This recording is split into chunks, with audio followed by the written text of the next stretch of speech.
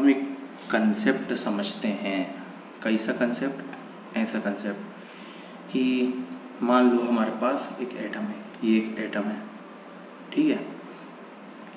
अब इसका मास हमने m0 मान लिया और इसका नेट चार्ज क्या है? 0। कैसे? 1 2 3 4 5 5 electron, 5 proton, 5 neutron, total charge 0। अब इसकी हम बनाते हैं दो कंडीशन कैसी कि हम इसमें से कुछ इलेक्ट्रॉन्स को रिमूव कर देते हैं और दूसरी कंडीशन में हम कुछ इलेक्ट्रॉन को ऐड कर देते हैं। जब हमने कुछ इलेक्ट्रॉन को रिमूव किया, ठीक है, तो एक ये नई बॉडी बन गई जिसका मास है m1। अब हमने दूसरे में इलेक्ट्रॉन को ऐड किया था तो एक और नई बॉडी बन गई जिसका मास है m2। अब हम देखेंगे कि इसका जो नेट चार्ज है वो आएगा +2e। +2e कैसे?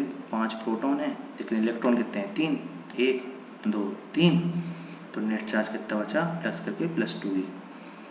और इसमें देखेंगे इसका नेट चार्ज आएगा -2e। क्यों? क्योंकि 1 2 3 4 5 6 7 electron, 5 proton, net charge -2e।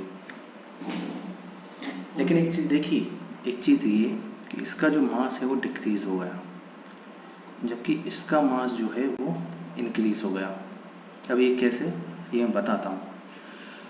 पहली चीज़ तो ये कि positive charge on a body is due to deficiency of electron. इसके ऊपर +2e है। क्यों? क्योंकि इसमें 2 इलेक्ट्रॉन नॉर्मल स्टेट के कंपेरिजन में कम है।